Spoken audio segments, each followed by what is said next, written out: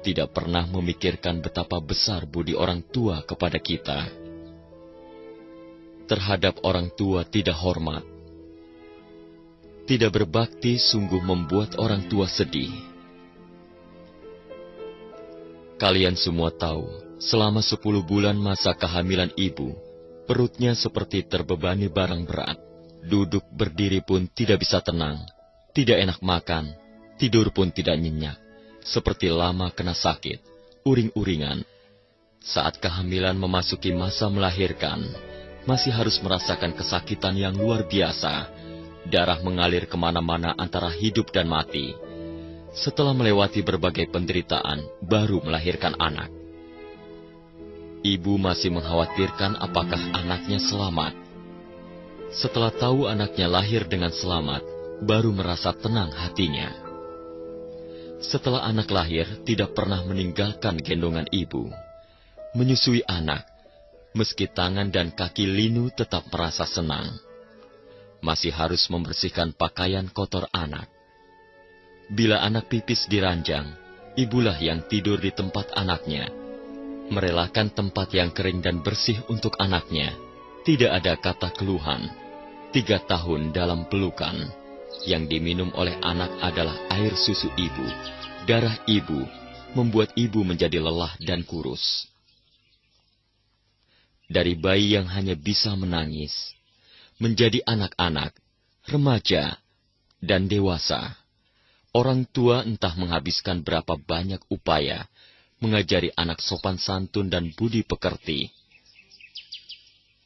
Setelah anak tumbuh dewasa, orang tua masih sibuk mempersiapkan pernikahan anaknya, mempersiapkan dana mendukung usaha anaknya, agar anak bisa lebih cepat menikah dan mandiri.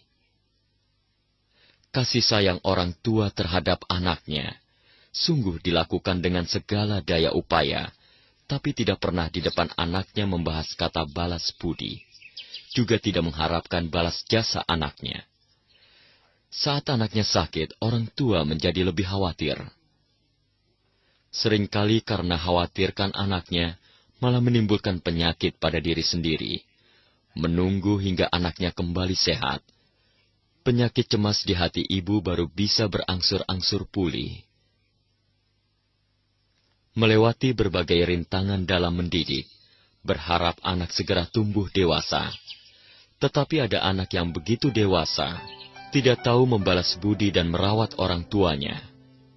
Ajaran orang tua tidak digubris atau ditentang. Sampai-sampai melotot seperti musuh. Di pergaulan, keluarga memusuhi saudara yang lebih tua, memukul saudara kandung sendiri, tidak mempedulikan nasihat orang, sungguh membuat orang merasa sakit hati dan kecewa. Meski berpendidikan, tapi tidak mendengarkan wejangan para tetua, nasihat orang tua dan saudara, selain tidak mendengarkan malah melawannya. Keluar masuk rumah tanpa menyapa orang tua, tutur bahasa dan gerak-geriknya tidak sopan. Segala tindakannya diputuskan sendiri. Sama sekali tidak menghargai orang.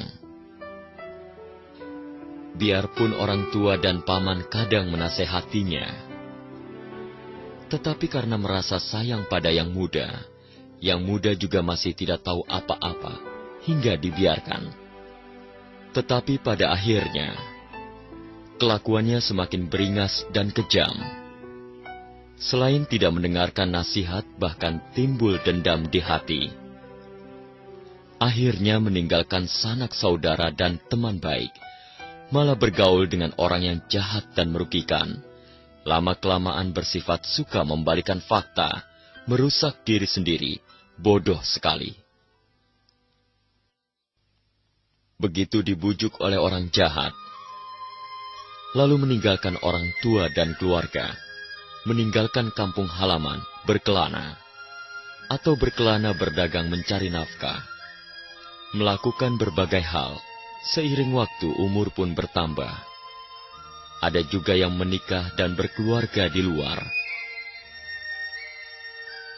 Ada juga yang sampai meninggal tidak kembali ke rumah.